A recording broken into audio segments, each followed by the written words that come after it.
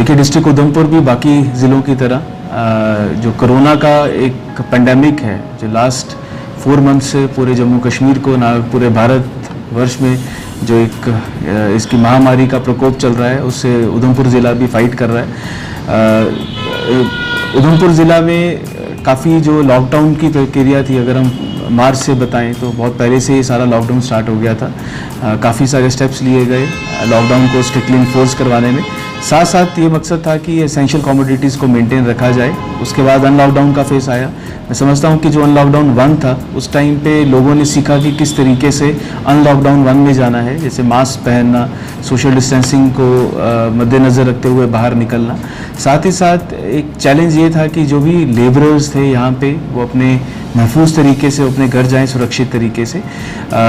इसके साथ साथ डिस्ट्रिक्ट उधमपुर को जिम्मेवारी दी गई कि जो भी जम्मू कश्मीर के लोग देश भर में बाहर स्ट्रैंडेड हैं उनको सही सुरक्षित वापस लाना।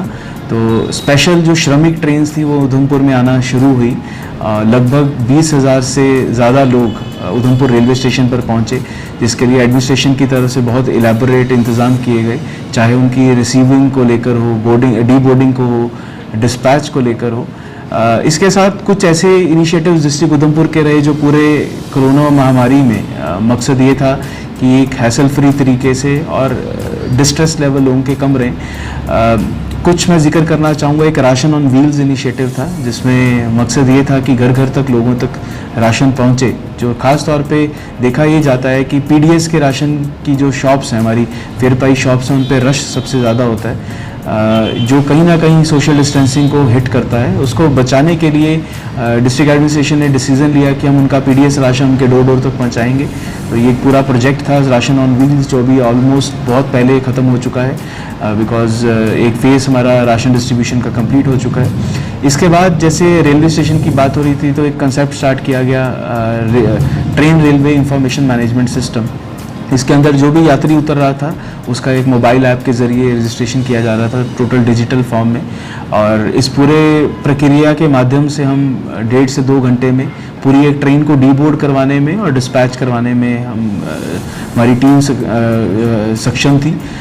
ये प्रोसेस 1-1.5 महीना चला और आज हम हर जो भी यात्री डी बोर्ड हुआ है, हम क्या वो किस प्रोफेशन से डील करता था, कहीं ना कहीं सेल्फ एम्प्लॉयमेंट स्कीम्स बनाने में हमें उसमें मदद मिल रही है। थर्ड एक इम्पॉर्टेंट पॉइंट डिस्ट्रिक्ट का रहा, आपने देखा होगा कि हमने मोबाइल सैम्पलिंग टीम्स बनाई थी, जिसके लिए जितनी गवर्नमेंट व्हीकल्स थी, कुछ 4 गवर्नमेंट व्हीकल्स को हमने मॉडिफाई करवाया।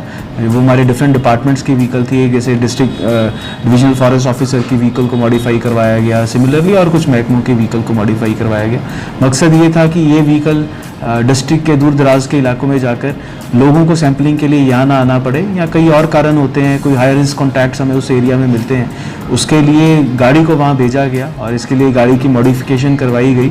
आज भी अगर मैं कहूँ कि हमारी डिसेंट्रलाइज सैम्पलिंग में सबसे ज़्यादा अगर कोई मदद कर रहा है तो ये हमारी मोबाइल सैम्पलिंग टीम्स हैं। इसके अलावा क्वारंटाइन सेंटर्स जो एक पूरे हर डिस्ट्रिक्ट के लिए एक इम्पॉर्टेंट चैलेंज रहा जब खास तौर पे बाहर से ट्रैवलर्स आ रहे थे। सिमिलरली डिस्ट्रिक्ट में भी पेड क्वारंटाइन फैसिलिटीज़ कुछ होटल्स को चयन किया गया जिनको पेड क्वारंटाइन फैसिलिटीज़ की तरह यूज़ करवाया गया। इसके अलावा हमारे डिग्री कॉलेजेस रूटीन डिस्ट्रिक्ट में 74 क्वारंटाइन सेंटर्स बनाए गए और एक दिन में हमने 45 तक भी लोगों को रखा था, जिसमें हमने उनका रहना, खाना पीना और कोविड को चलते मद्देनज़र रखते हुए सारी फैसिलिटीज़ को अरेंज किया गया। प्रेजेंटली हम जो कोविड केयर सेंटर्स इस्टेब्लिश करने वाले फेज़ में हैं। डिस्ट्रिक्ट उधमपुर ने अराउंड 1074 की बेड कैपेसिटी को ऑलरेडी क्रिएट कर चुके हैं, जिसमें कुछ सेंटर्स रखे गए हैं। मैं ये बताना चाहूँगा कि कोविड केयर सेंटर वो होता है जहाँ पे एक पॉजिटिव पेशेंट को रखा जाता है। Quarantine centre